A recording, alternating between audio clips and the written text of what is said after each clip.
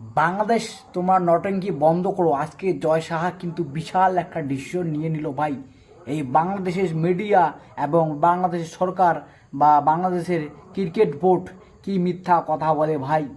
কয়েকদিন আগে বললো মুস্তাফিজ না যদি ইন্ডিয়ায় খেলতে যায় তাহলে ওইখানে খেলানো হবে না, মুস্তাফিজ রহমানকে ভারতে আসা নিষেধ। কে বললো এই কথাটা?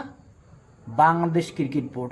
এবং আরেকটা কথা বললো, ভারতে আসে যদি তাহলে বাংলাদেশের সাধারণ মানুষ তাদের টিমকে সাপোর্ট করতে পারবে না।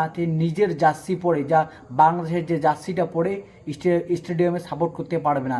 সব শুধু ফ্যাক্টস কথা ভাই, কি ফ্যাক্ট আর কি বলবো, এত মিথ্যা কথা বলে। তো আজকে জয়সা ফাইনালি বলে দিল 21শে জানুয়ারি পর্যন্ত তোমাদের ডিসিশন জানাও, তোমরা যদি না খেলো তাহলে তোমার বাহারমে যাও।